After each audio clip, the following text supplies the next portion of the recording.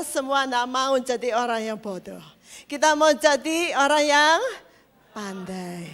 Orang yang luar biasa. Itu pasti orang yang penuh dengan hikmat dan bijaksana Tuhan. Sehingga dia akan dikatakan oleh Tuhan sebagai orang yang pandai.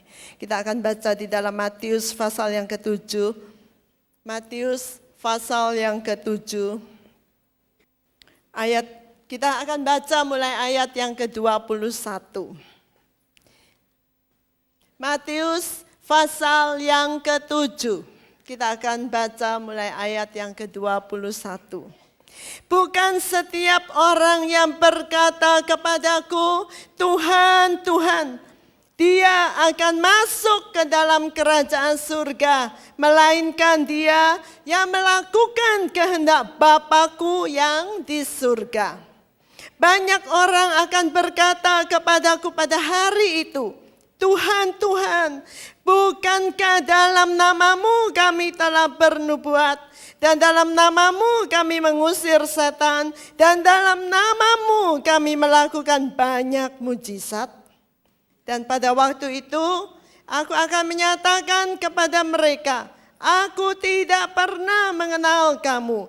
Enyahlah daripadaku, kamu yang mengerjakan kedurhakaan. Kemudian ayat ke-24.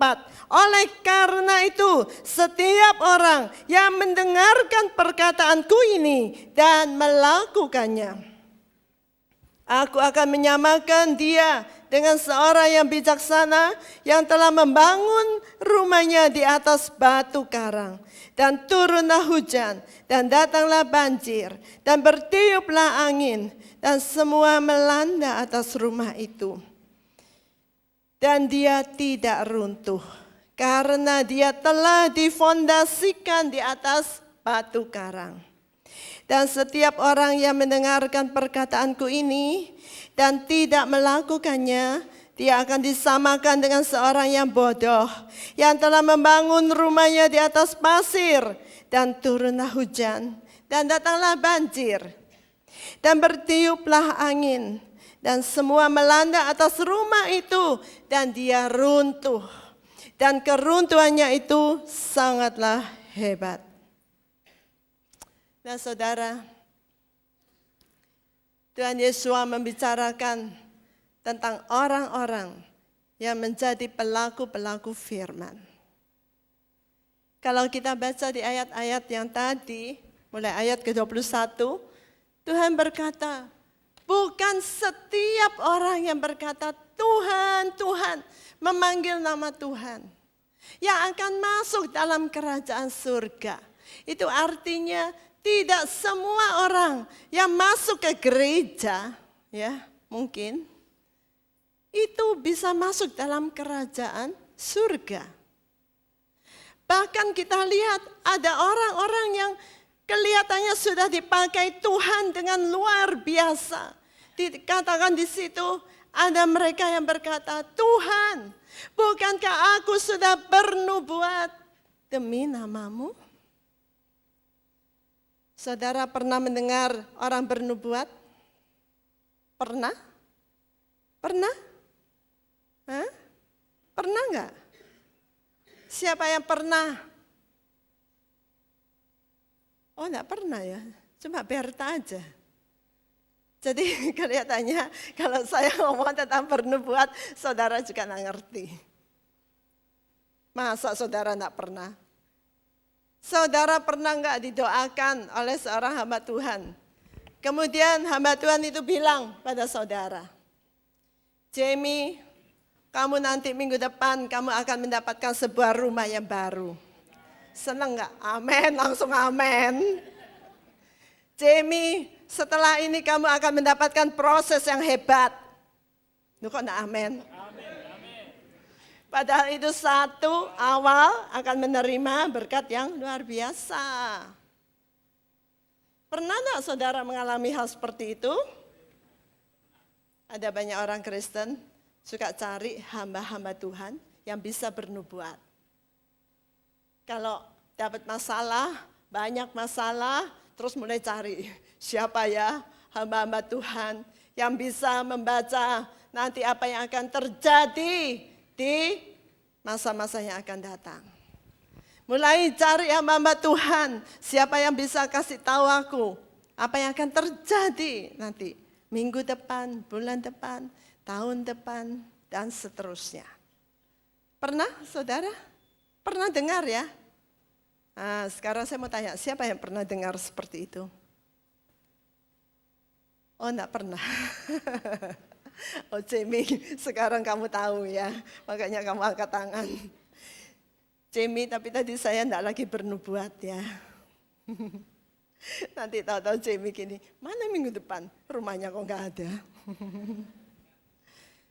Saudara, itu yang namanya nubuat. Dan orang biasanya merasa, wih ini luar biasa. Hamba Tuhan tahu segalanya. Saudara tahu mujizat? Tahu? Siapa yang enggak tahu mujizat? Semua tahu. Menurut saudara, apabila seseorang melakukan mujizat, itu luar biasa enggak? Hah? Lumpuh berjalan, buta melihat, yang bisu bisa ngomong.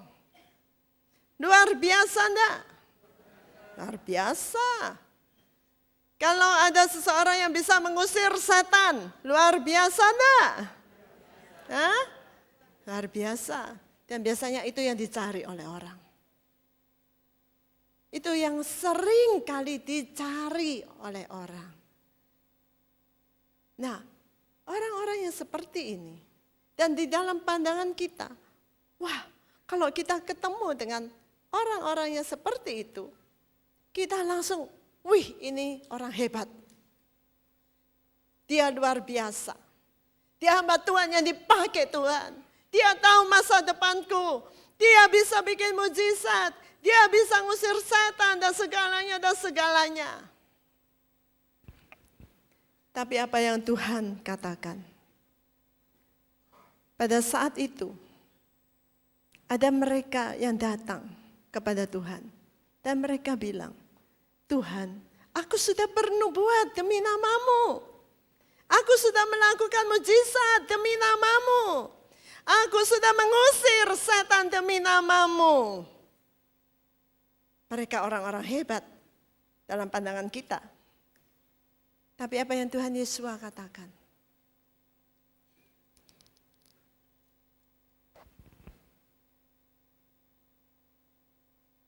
Dan pada waktu itu, aku akan menyatakan kepada mereka, aku tidak pernah mengenal kamu. Loh saudara, gimana? Meskipun melakukan banyak mujizat, bernubuat dan sebagainya, yang nampaknya hebat-hebat, tapi Tuhan Yesus berkata, aku tidak kenal kamu, siapa kamu?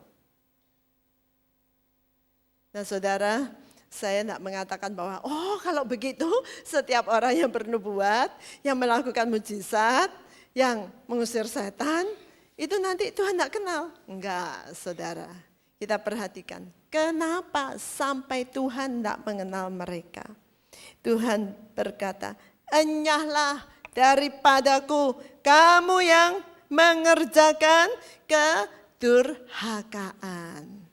Jadi meskipun nampaknya melakukan banyak mujizat, banyak bernubuat, mengusir setan, tapi suka melakukan kejahatan di hadapan Tuhan.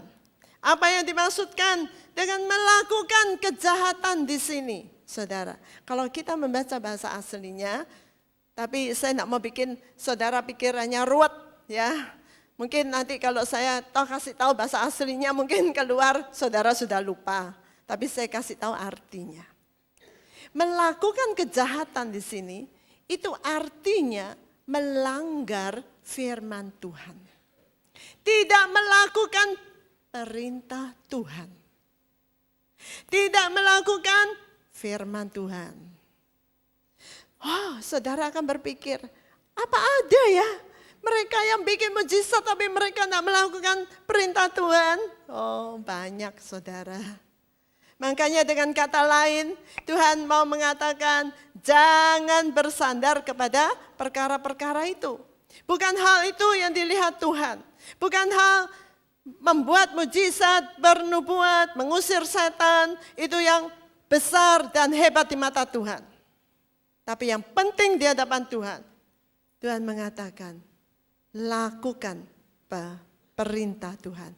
Makanya kita baca di ayat-ayat setelah itu, Tuhan Yesus berkata, oleh karena itu. Ya, ayat 24 disambung, oleh karena itu, setiap orang yang mendengar perkataanku ini dan melakukannya. Nah, kemudian Tuhan menunjukkan gambaran. Ya, oleh karena itu, kalau kamu mendengar perkataanku dan melakukannya, kamu itu seperti seseorang yang membangun rumah di atas batu karang yang teguh. Ya, yang tidak akan goyah. Meskipun angin datang, meskipun badai datang, meskipun kesusahan datang, kesulitan datang, apapun boleh datang. Tapi Tuhan berkata, rumah itu tetap teguh. Tidak akan goyah, tidak akan goyang. Karena fondasinya sangat kuat, yaitu batu karang yang teguh, yaitu Tuhan Yesus sendiri. Dan Tuhan Yesus adalah firman yang hidup. Kalau kita melakukan firman Tuhan, kita akan menjadi seperti orang yang membangun rumah yang teguh, saudara. Di mana hidup kita tidak akan digoncangkan. Kita akan ada di dalam perlindungan yang kokoh. Kita akan ada di dalam keamanan yang kokoh di dalam Tuhan. Tidak akan gampang-gampang goyah. Meskipun ada badai besar yang datang, meskipun angin ribut, hujan deras, banjir naik. Tapi Tuhan berkata, rumah itu akan tetap teguh. Tetapi mereka yang mendengar firman Tuhan, cuma dengar, keluar lagi, ya, dengar, tidak dilakukan, ya. Di sini sudah sering ya saudara, Pak Loki biasanya bilang, jangan suka berbohong. Oh ya di sini dengar, ya tidak boleh berbohong. Keluar di depan, sudah temannya dibohongi, saudaranya dibohongi, istrinya dibohongi, suaminya dibohongi. Ya, saudara, Tuhan berkata, orang yang seperti itu sudah tahu firman Tuhan, tapi masih tetap lakukan, Itu seperti orang yang bodoh. Orang yang bodoh itu membangun rumahnya di atas pasir, nggak ada alasnya. Nah saudara, kita bisa bayangkan ya, kalau kita membangun rumah nggak ada fondasinya, ya. Saya bukan arsitek, tapi Pak Loki yang arsitek. Nanti saudara kalau mau tahu, tanya lebih jelas. Ya, rumah itu akan gampang sekali roboh. Mungkin ada angin badai datang, langsung habis sudah, hancur. Saudara, orang yang seperti itu, karena dia tidak mempunyai perlindungan yang kokoh di dalam hidupnya. Maka di saat masalah datang, persoalan datang, badai hidup datang, maka hidupnya akan hancur, saudara. Ada banyak orang yang hidupnya itu hancur karena dia tidak membangun rumah di atas batu karang yang teguh. Tapi saya percaya kita yang ada di tempat ini, kita mendengar firman Tuhan setiap minggu. Dan kita mengatakan di hadapan Tuhan, Tuhan, aku orang yang luar biasa. Saudara, kita sedang membangun rumah yang teguh di atas batu karang. Amin. Amin. Kalau saudara mendengar firman Tuhan yang disampaikan di tempat ini, dari minggu ke minggu, minggu ke minggu, dan saudara lakukan di dalam hidup saudara, maka saudara akan menjadi seperti orang yang membangun rumah di atas batu karang yang teguh. hidup saudara tidak akan gampang goncang. Di saat badai datang, di saat masalah datang, di saat persoalan datang, di saat dunia ini bergoncang sekalipun, tetapi kita tidak akan goncang. Amin. Nah saudara, sore hari ini, tadi sementara saya duduk di situ, Tuhan mengingatkan saya untuk satu hal untuk disampaikan kepada saudara. Firman yang Tuhan bicara tentang mulut. Tentang mulut. Mungkin kita sudah pernah mendengar firman tentang mulut. Bagaimana kita harus menggunakan mulut kita ini dengan bijaksana. Sebab firman Tuhan mengatakan, saudara, di dalam Amsal 18. Coba kita lihat sama-sama ya.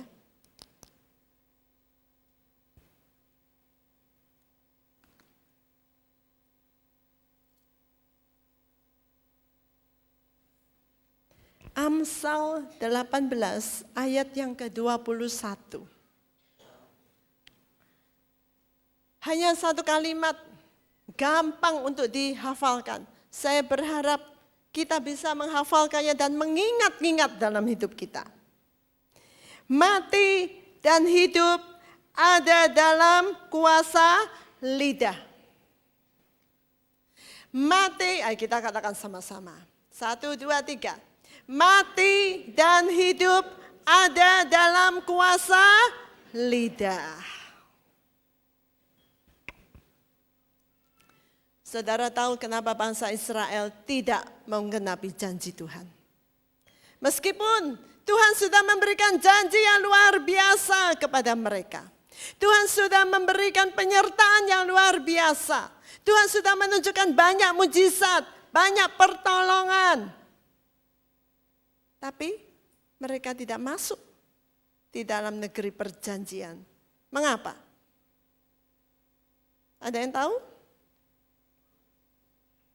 Karena selalu bersungut-sungut.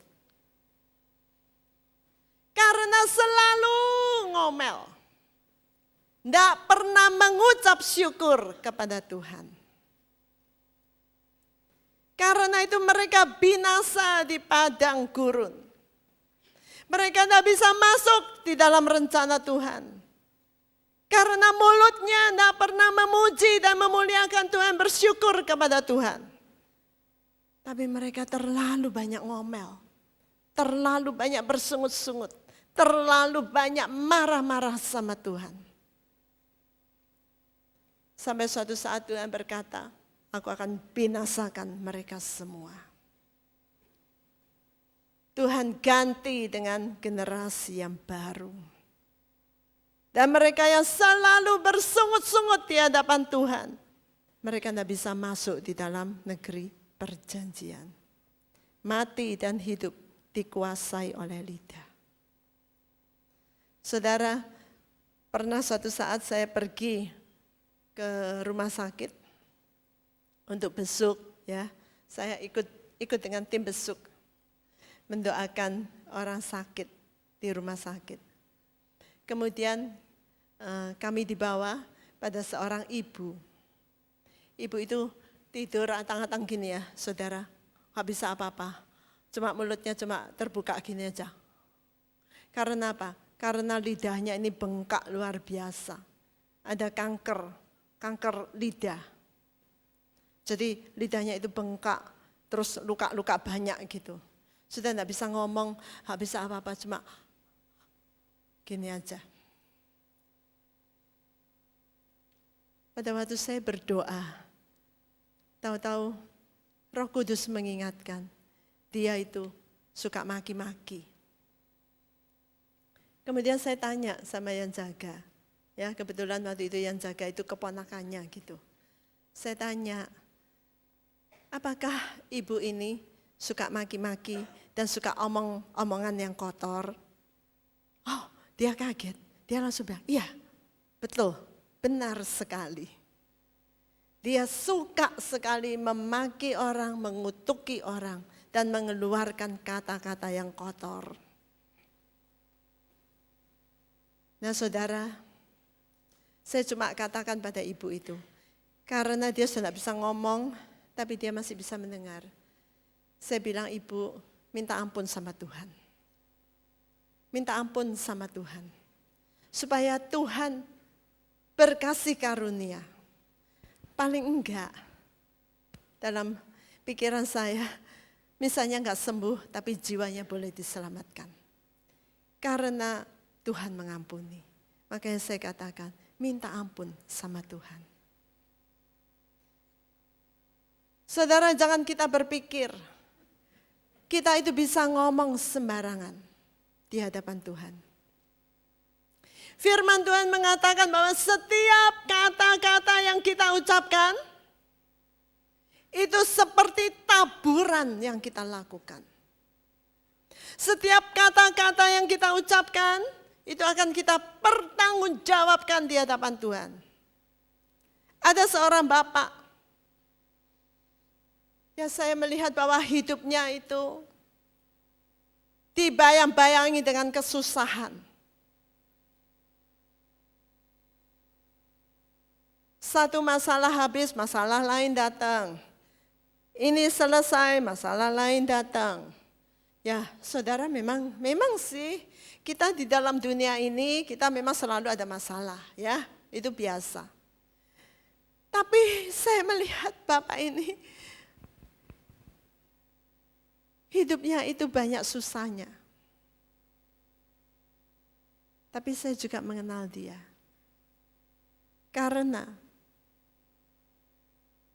memang kata-katanya dia itu seringkali tidak baik. Jadi dia suka maki-maki orang, suka mengutuki orang. Kalau bahasa kita, miso-miso itu ya, saudara itu sudah biasa. Bohong itu ya sudah biasa. Maka saya melihat, oh kalau gitu dia menuai. Ya, saudara. Karena itu jangan anggap biasa. Kadang-kadang suami dan istri, kalau sudah emosi, sudah tidak kontrol lagi kata-katanya. Apa aja keluar. Nanti kalau sudah selesai kita bilang, oh iya soalnya aku kan lagi emosi. Saudara enak ya ngomongnya. Tapi jangan dikira kata-kata yang sudah keluar itu enggak ada akibatnya. Saudara, ada akibatnya. Makanya itu kita hati-hati kalau bicara. Hati-hati kalau membuka mulut kita ini. Karena apa yang kita tabur, itu suatu saat kita akan tuai. Kita akan tuai. Kalau kita seringkali menabur jahat, saudara jangan dikira ya, orang berbuat jahat kepada orang lain, itu hanya kalau misalnya, kalau dia membunuh, melukai dan sebagainya. Kata-kata yang tajam, itu bisa melukai seseorang, melebihi sebuah pisau. Kata-kata yang tajam, itu kalau masuk di hati seseorang, itu bisa melukai melebihi sebuah pisau. Yang mungkin akan dibawa seumur hidup oleh orang itu. Dan mengakibatkan hidupnya terpuruk. Dan saudara jangan dikira, kita yang mengeluarkan kata-kata yang tajam itu, kita tidak menanggung akibatnya. Kalau kita mengakibatkan hidup seseorang yang lain menjadi susah atau terpuruk, kita harus bertanggung jawab di hadapan Tuhan. Itu sama saja kita menabur yang tidak baik. Kita memaki seseorang. Kita kata-katai mereka. Kita menabur yang buruk. Menabur yang buruk dalam hidup seseorang. Kita mengata-ngatai suami, istri, anak, orang tua, mertua, ipar, saudara. Jangan dikira itu semua tidak ada dampaknya. kita menabur yang buruk, kita akan menuai yang buruk. Karena itu saudara, biarlah kita belajar untuk menabur yang baik. Taburlah yang baik, taburlah yang baik. Kalau kita tidak bisa mengucapkan kata-kata yang baik atas hidup seseorang, lebih baik kita tidak usah ngomong. Lebih baik kita tutup saja mulut kita rapat-rapat. Karena itu paling aman, saudara. Kalau kita lagi emosi, lagi marah, lagi jengkel, lebih baik tidak usah buka mulut. Daripada nanti kita menabur yang buruk. Jangan biasakan suka memaki orang. Jangan biasakan suka mengucapkan kata-kata yang kotor.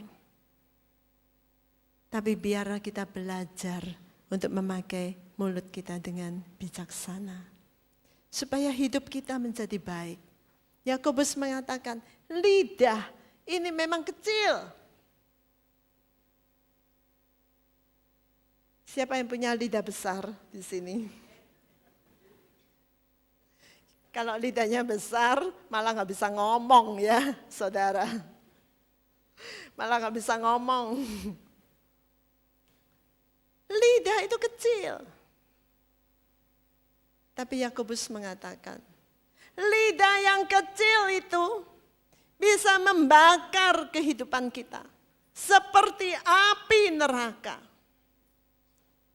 Jadi saudara, itu tergantung kita pakai lidah kita untuk apa.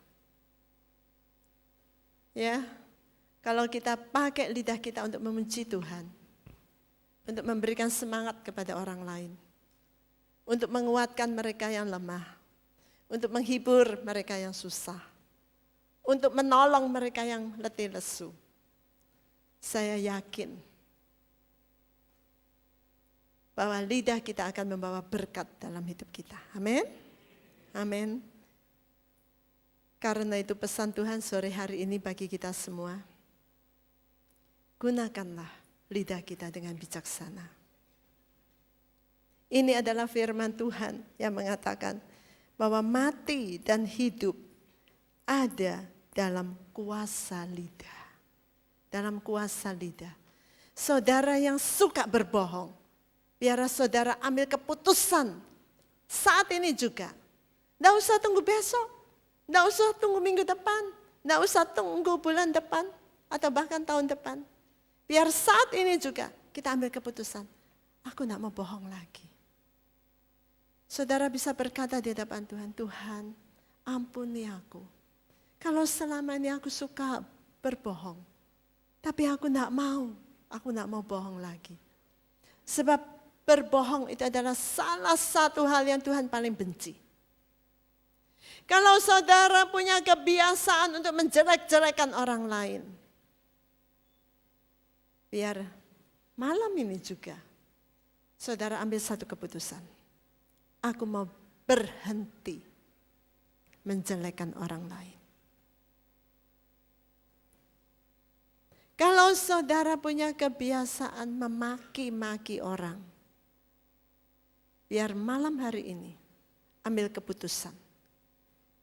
Tuhan, aku mau berhenti memaki-maki orang. Kalau saudara punya kebiasaan suka mengucapkan kata-kata kotor, suka meso, biar malam hari ini ambil keputusan. Aku mau berhenti melakukan itu semua. Amin. Mari saudara kita berdoa. Biar malam hari ini saudara yang mengambil keputusan, aku mau mentaati firman Tuhan. Aku mau hidupku menjadi baik di hadapan Tuhan. Mari kita berdoa. Dan saudara yang rindu supaya mulut saudara diubahkan oleh Tuhan.